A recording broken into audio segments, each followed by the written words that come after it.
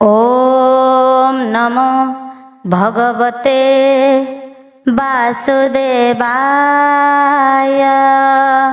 सप्तम स्कंध पंचम अध्याय। प्रह्लाद गुरु शिक्षा छाड़ी विष्णु स्तुतिरे मन बढ़ी। पिता मरांते से न मरे एहि चरित पंचमरे। नारद उवाच असुर कूले पुरोहित सर्वज्ञ शुक्र भृगुसुत।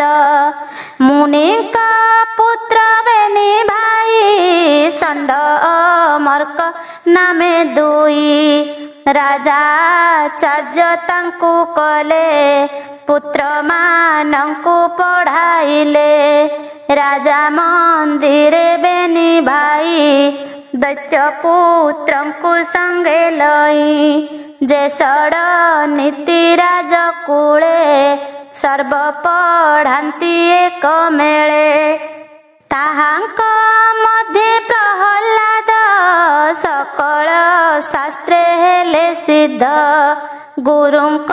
मुखु बेले शुणी तक्षणे चित्ते परिमाणी। चित्त निर्मले ताहा जाने केवल मने न प्रमाणे। विचार करे अंतर्गते केरिपु के मित्र जगते। एक आत्मा नर हरि समे सकल घटे पुरी। एक कथा नुहे अप्रमाण सकल आत्मा नारायण। जे पाठ पढ़े बाप डरे दृढ़े न धरे हृदय रे। दिने क प्रह्लाद आणी कोळे बसाई नृपमणि। अनेक अलंकार देई सानंदे पुत्र को पूछई। हे पुत्र शुण वाक्य मोर जे षड नीति राजांकर। तू ताहा गुरु मुखु शुणु सुदृढ़ चित्ते न प्रमाणु। मु भले शुणिलहि एहा कह तू साधु मणु जाहा। जे राजनीति चित्ते धरे केबे हे शत्रु को न डरे। संग्रामे रिपु जय कले से राजा सुख भुंजे भले। विद्या पढ़िलु एते काल भल की मणु मोते बोल। पिता वचन पुत्र शुणी शिरेनी बेसी बेनी पाणी। सानंदे वाक्य गद गद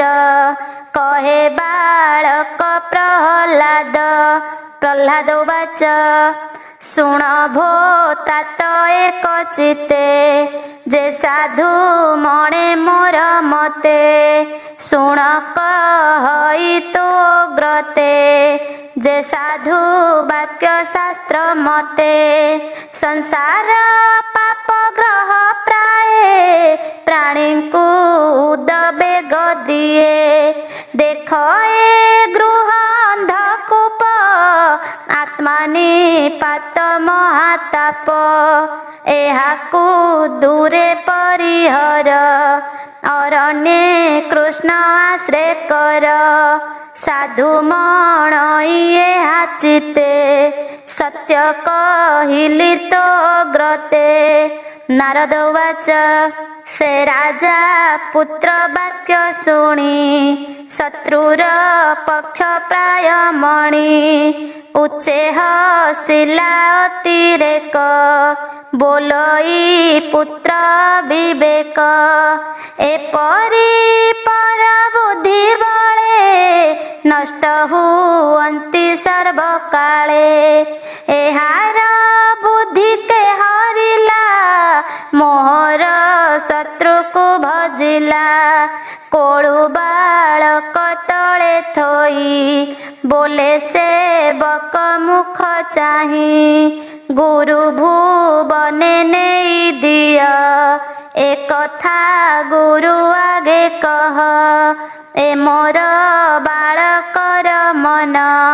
रिपु विषय किंपाच्छन्न एहार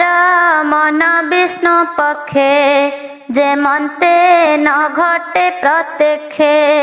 राजार आज्ञा भृत्य पाई बालक गुरु घरे नेई ब्राह्मण गोष्ठी मध्य देला राजा वचन जणाइला ता शुणी विप्र उदबेगे बोलंती प्रहलाद आगे साधु वचन वाक्य मते कहंती हस्त धरी हस्ते हे वत्स प्रहलाद शुण सर्वदा हेउ तो कल्याण आंभंकु लागई संशय मिथ्या न कही सत्य कह बालक बुद्धि तो न देखी अद्भुत प्राय उपलक्षी तोहर बुद्धि के हरिला शत्रु भजने शिक्षा देला कि बाए स्वभाव तोहर आंभंकु लागे अगोचर कह के तोते देला दीक्षा आंभे श्रवणे करू इच्छा प्रह्लाद उवाच जाहार माया बळे जन सोपर बुद्धि करे भिन्न जाहार नाही परापर ताहाकु मोर नमस्कार जाहार आज्ञा परमाणे प्राणी निस्तरे भव बणे से सर्व आत्मा जोगेश्वर ताहार नाही परापर जाहाकु हरि करे दया ताहार जाए भेद माया अज्ञान बळे सर्व जंतु भजन्ति परापर हेतु ब्रह्मादि देव हि सर्वे विमुग्ध हन्ति जार भावे से मोर मन भिन्न कला पर पर न कहिला जे सने अयस्कान्त गुणे लोभ मयि आकर्षणे मोहर मति सेहि मते भ्रमयि विष्णुर आयते नारद उवाच गुरुଙ୍କୁ कहिए वचन प्रह्लाद होइला मौन बालक बाणी शुणी कर्णे कोप बसिला गुरु मने समीपे थिले राजा लोक गुरु ही राजार सेवक कोपे कंपिले वाक्य शुणी तक्षणे घरु बेत आणी आंभर कूले दुराचार निश्चय जन्मिला कुलांगार दुर्बुद्धि पण ए बालक एहाकु उप्रधन रख चंदन बने कंटा वृक्ष जन्मिला देख ए प्रत्यक्ष कंटक वृक्ष जेबे मारी चंदन बन जत्न करी तेबे निर्भये भोग करी कंटा वृक्ष को नित्य डरी चंदन बन दैत्य गण विष्णु जे कुठार समान कुठार बेंट एहु होई एथिले आंभ भल नाही ए मन्ते कराइले भये तर्जिले विविध उपाय पुणी आश्वास ताकु करी गुरु पढ़ाती हस्त धरी जे धर्म अर्थ काम फले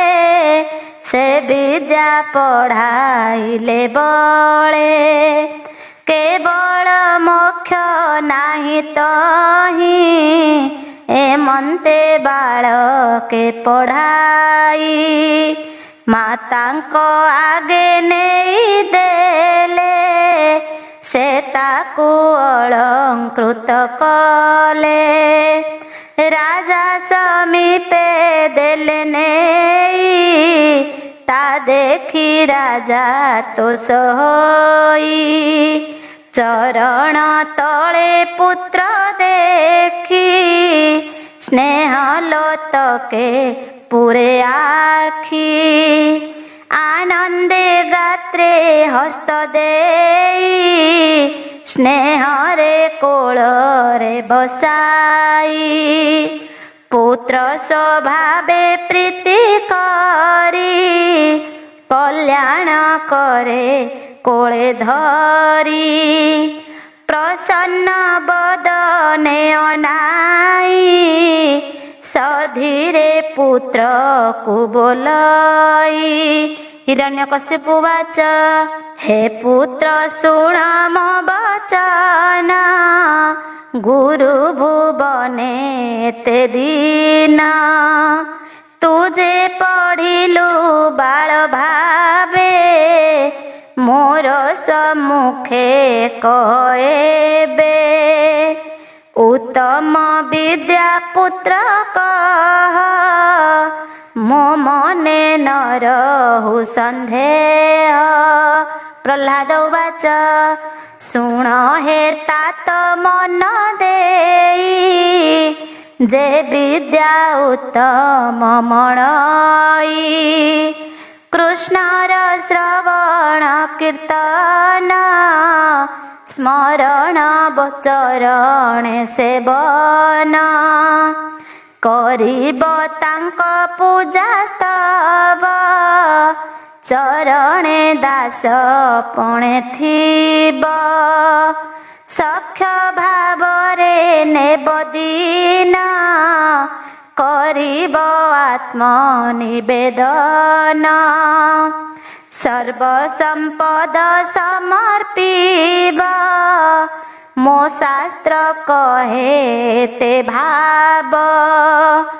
ଏହା ମୁଁ ଉତ୍ତମ ମଣଇ କହିଲି ତୋର ଆଗେ ମୁହିଁ ଏ ନବ ଲକ୍ଷଣେ ଭକତି ଯେ ନର ଗୋବିନ୍ଦେ କରନ୍ତି ଉତ୍ତମ ବିଦ୍ୟା ବୋଲି ତାହା ଯେଣେ ନ ଲାଗେ ବିଷ୍ଣୁ ମାୟା ଏମନ୍ତ ପୁତ୍ର ମୁଖୁ ଶୁଣି କୋପେ ଉଠିଲା ଶିର ଝୁଣି ଅରୁଣ ବେନି ଚକ୍ଷୁ ସ୍ଫୁରେ ପ୍ରଚଣ୍ଡ କମ୍ପିତ ଧରେ ଗୁରୁ ପୁତ୍ରର ମୁଖ ଚାହିଁ ବୋଲଇ କୋପ ଭର ହୋଇ ତୁ ବ୍ରହ୍ମ ବନ୍ଧୁ ଗୁରୁ ସୁତ ଏତ ତୋହର ବିପରୀତ ମୋର ବିପକ୍ଷ ସ୍ତୁତି ଯେତେ ଏହା ଶିଖାଇଲୁ କେମନ୍ତେ ଅସାର ବିଦ୍ୟା ଶିଖାଇଲୁ ତୁ ତ ଅବଜ୍ଞା ମୋତେ କଲୁ ଅସାଧୁ ଲୋକ ଏ ସଂସାରେ ଅଛନ୍ତି କୈତବ ବ୍ୟବହାରେ ତାହାଙ୍କ ଦୋଷ ତାଙ୍କୁ ମାରେ ରୋଗ ଯେ ସନେ କଳେବରେ ଯେ ପ୍ରାଣୀ ବ୍ରହ୍ମ ହତ୍ୟା କରେ ସେ କ୍ଷୟ ରୋଗୀ ଜନ୍ମାନ୍ତରେ ଯେ ନିତ୍ୟ ମଦ୍ୟପାନ କରେ ବିକଟ ଦନ୍ତ ତା ଧରେ ସୁବର୍ଣ୍ଣ ହରି ଥାଇ ଯେବେ कुनखी होई जन्म लभे गुरु कामिनी जेबे रते धबल होई मुख हस्ते एमंते असुर बचने कहन्ति गुरुଙ୍କ नन्दने गुरुपुत्र उवाच मोहर शिक्षा एनुहई आनबा पढ़ाइब काहि तुम्भ पुत्रर ए स्वभाव जानी तू चिंत पराभव नारद उवाच एमंते गुरु वाक्य शुणी संशय चित्ते नृपमणि पुत्र को चाहि कोप भरे बोलई गरु तम भरे ए विद्या गुरु वाक्य नहे के अबा तोर मन मोहे प्रह्लाद उवाच शुण हे त्रैलोक्य ईश्वर मतिर गति चक्रधर जे प्राणी गृह वास करे तामती कृष्ण न सुमरे गुरु वचन कि करिब ଯାହାର ଯେମନ୍ତ ସ୍ୱଭାବ ଅସାଧ୍ୟ ଇନ୍ଦ୍ରିୟଙ୍କ ବଳେ ଗୃହସ୍ଥ ପଡ଼େ ରସାତଳେ କୂଳବେ ଭାରେ ବସ ହୋଇ ଚର୍ବିତ ଚର୍ବଣ କରଇ ତାହାଙ୍କ ମତି କୃଷ୍ଣ ଠାବେ କେବେ ହେ ନହେ ଭକ୍ତି ଭାବେ ଯେ ପ୍ରାଣୀ ଦୁରାଶୟ ପଣେ ଅନର୍ଥ ଅର୍ଥ ପ୍ରାୟ ମଣେ ସେ କାହିଁ କୃଷ୍ଣଙ୍କୁ ପାଇବ ଯେ ବ୍ରହ୍ମା ଶଙ୍କରେ ଦୁର୍ଲଭ ଯାହାର ମତି ଅର୍ଥ ଧ୍ୟାଇ ସେ ପ୍ରାଣୀ ଲଭିବ ତା କାହିଁ ଅନ୍ଧକୁ ଅନ୍ଧ ଯେହ୍ନେ ବହେ ସେଇ ସ୍ୱତନ୍ତ୍ରେ ଭ୍ରମେ ମୋହେ ଏମନ୍ତ ପ୍ରାଣୀଙ୍କ ସ୍ୱଭାବ କେମନ୍ତେ କୃଷ୍ଣଙ୍କୁ ଲଭିବ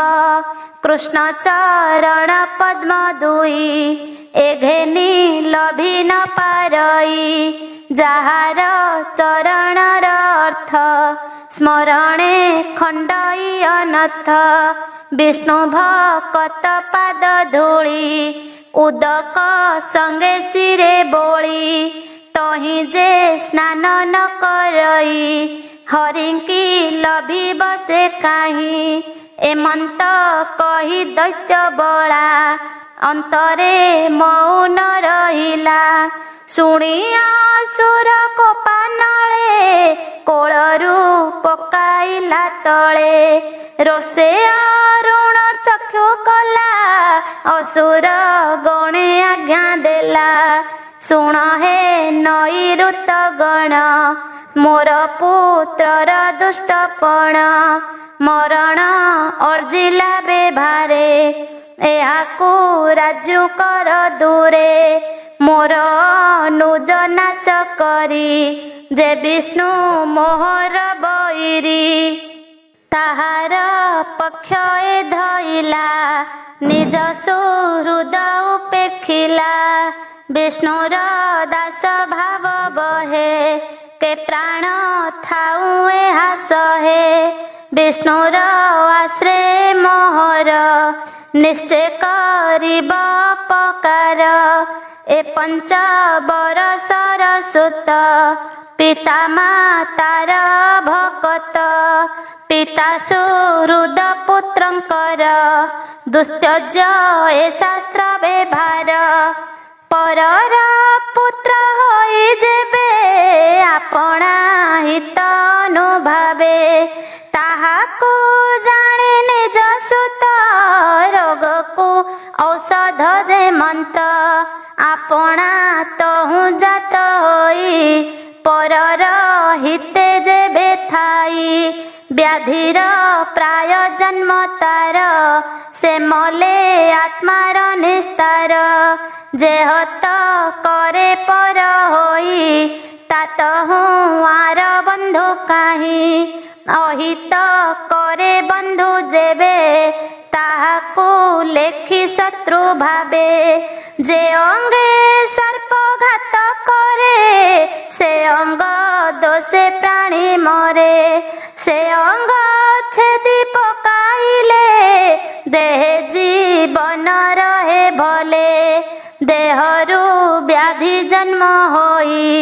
ଆତ୍ମା ସହିତେ ସଂଘାରଇ ଅରଣ୍ୟ ଔଷଧି ଆଣି ରୋଗ ସଂକଟୁତରେ ପ୍ରାଣୀ ପର ଯେ ବିଚାର କେରି ପୁକେବା ପଣାର ସୁହୃଦ ହୋଇ ଶତ୍ରୁପଣେ ଯେ ପାପ ଚିନ୍ତେ ଅନୁକ୍ଷଣେ ନାନା ଉପାଏ ତାକୁ ମାରି ସେ ମଲେ ସୁଖେ ପ୍ରାଣ ଧରି ଯୋଗୀଙ୍କ ଯୋଗ ସାଧ୍ୟ କାଳେ ଦୁଷ୍ଟ ଇନ୍ଦ୍ରିୟ ଯେବେ ବଳେ ତାହାକୁ ଯେବେ କଲେ ସାଧ୍ୟ ତେବେ ଲଭଇ ବ୍ରହ୍ମ ପଦ ଏ ମିତ୍ର ବେଶଧାରୀ ପର ଏହାକୁ ବେଗେ ବଧ କର ଭୋଜନ ଶୟନ ଆସନେ ଉପାୟ କରତା ମରଣେ ଏମନ୍ତେ ରାଜା ଆଜ୍ଞା ପାଇ ଅସୁରେ ଅସ୍ତ୍ର ଘେନି ଧାଇ ବାଳକ ନାଶ ମନେ ଚିନ୍ତି ଶୂଳ ଅନ୍ତରିକ୍ଷେ ବୁଲାନ୍ତି ସୁତୀକ୍ଷ୍ମ ଦିଶେ ଦନ୍ତପତି କରାଳ ବଦନେ ଚାହାନ୍ତି ତମ୍ଭାର ବର୍ଣ୍ଣ ପ୍ରାୟ ଦାଢ଼ି ଶିରେ କପିଳ ଜଟା ବେଢ଼ି ନାଚନ୍ତି ଭୈରବ ନାଦେ ରଡ଼ନ୍ତି କିଳି କିଳା ନାଦେ ଶୂଳ ବୁଲାଇ ମହାଘୋରେ ପିଟିଲେ ବାଳକ ଉପରେ ତା ଦେଖି ଅସୁର କୁମର ମନେ ଚିନ୍ତିଲା ଚକ୍ରଧର ଗୋବିନ୍ଦ ପାଦେ ଚିତ୍ତ ଦେଇ ବୋଲଇ ଅସୁରଙ୍କୁ ଚାହିଁ ତୁମ୍ଭର ଦେହେ ଯେବେ ହରି ଆତ୍ମା ସ୍ୱରୂପେ ଛନ୍ତି ପୁରୀ ସକଳ ଶସ୍ତ୍ରେ ହରି ଯେବେ ଘଟେ ଅଛନ୍ତି ଆତ୍ମା ଭାବେ ଏକଥା ସତ୍ୟ ଯେବେ ହୋଇ ଶସ୍ତ୍ର ନ କାଟୁ ମୋର ଦେହି ଶୁଣି ଅସୁର କୋପ ଭରେ ଅନେକ ଶସ୍ତ୍ର ପ୍ରହାରିଲେ ପ୍ରହ୍ଲାଦର ଦେହେ ବାଜି ସକଳ ଶସ୍ତ୍ରେ ଗଲେ ଭାଜି ଅପୁଣ୍ୟବନ୍ତ ପ୍ରାଣୀ ଦେହେ ଯେହ୍ନେ ସୁକୃତ ଫଳ ନୋହେ ଅଦ୍ଭୁତ କର୍ମ ତାର ଦେଖି ତକ୍ଷଣେ ଆସନ ଉପେକ୍ଷି ଭିତରେ ପଶିଲା ଅସୁର ଭୟରେ କମ୍ପେ ଥରହର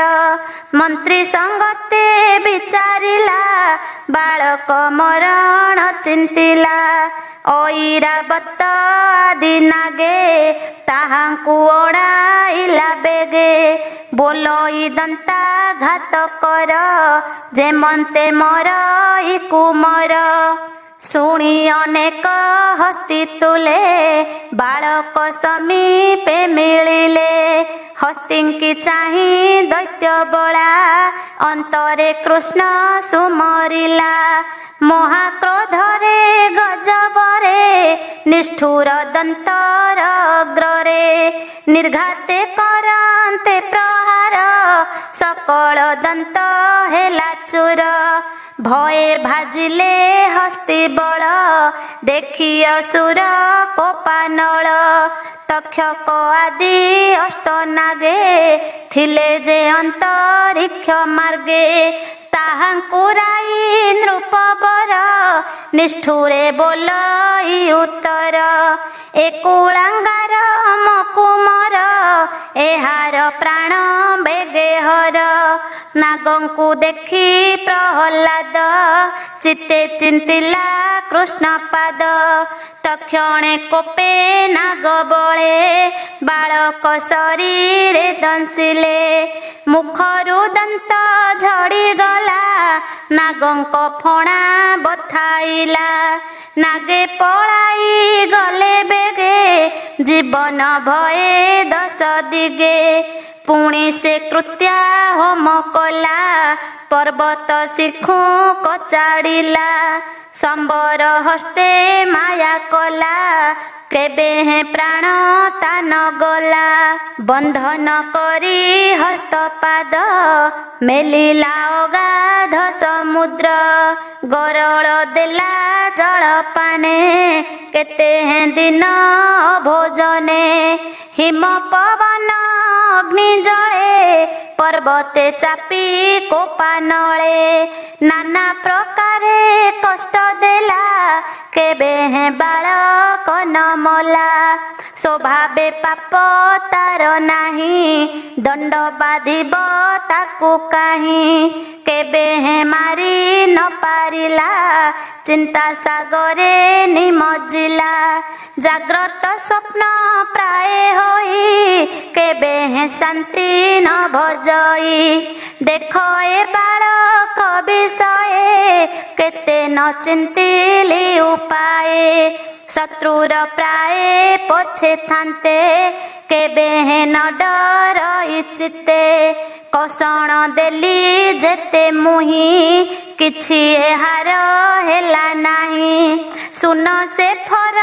प्राय रहे कि आउ करिबी उपाये महानुभव कुमर मन वचने अगोचर निर्भये ते दुख सहे एणु मचिते महाभये एहार तुले बाद कले प्राण मुन पाइबी भले एमंते भाली मन दुखे दंडे रहिला अधोमुखे साधु विषये द्रोह कले केबा संसारे थिब भले गुरु कुमरे ताहा शुणी असुर मुख चाहि भणी शुण हे नृप चूड़ामणि तपे तु त्रिभुवन जिणी आत्मार सुखे भोग करू जेन्हे अचल महामेरु तोहर रिपु ए संसारे न देखी संसार बेभारे ए बाल कुमार तोहर एहाकु किंपा तोर डर बालक गुण दोष नाही संशय करू किंपा तुही जेबे संशय तोर मने कहिबा शुण सावधाने एहाकु बरुणर पासे बंधन कर तु विश्वासे निकटे रख तो आयते भय भाजिबा परिजन्ते बाळु तो दशाए छाड़िले सुबुद्धि प्रकाशिब भले ब्रह्मार पुरु आंभता तो पासे न आसे जाबत ताबत थाऊ एहि मते संशय न कर तु चिते गुरु पुत्रंक वाक्य शुणी संतोषे कहे नृपमणि शुण हे गुरुंक कुमार एबे मोहर बोल कर गृहस्थाश्रम धर्म जेते से राज धर्म नीति जुक्ते त्रिवर्ग धर्म अर्थ कामे जे मनते पढ़े अनुक्रमे ए मनते राजार वचने प्रहलाद को बेनिजने अनेक जत्ने पढ़ाइले असुर कुमारंक तुले गुरुंक मुख जेते शुणे अंतरे साधुता न मणे गृहस्थ धर्मर व्यवस्था आत्मार निपात एक कथा ए धर्मे मोही हंती जन एणे कि मोर प्रयोजन एमंते कर ई विचार एबे हो शुण नृपवर पढ़ई बालकंक मेळे गुरु जे गृह कर्मे गले से प्रहलाद ताहा चाही बोले बालक मध्य थाई शुण हे असुर कुमरे जे विद्या संसार उद्धरे मंचे मानव देह बही आत्मज्ञानटी जार नाही तार जीवन कारण एबे हो सावधाने शुण कही दास जगन्नाथ सप्तम स्कंधे भागवत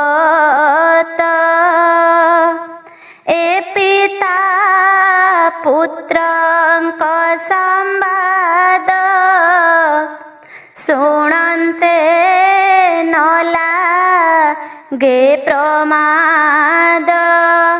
इति श्रीमद्भागवते महापुराणे पारमहंस्यां संहितायां सप्तमस्कन्धे प्रह्लादचरितं पंचमोऽध्याय।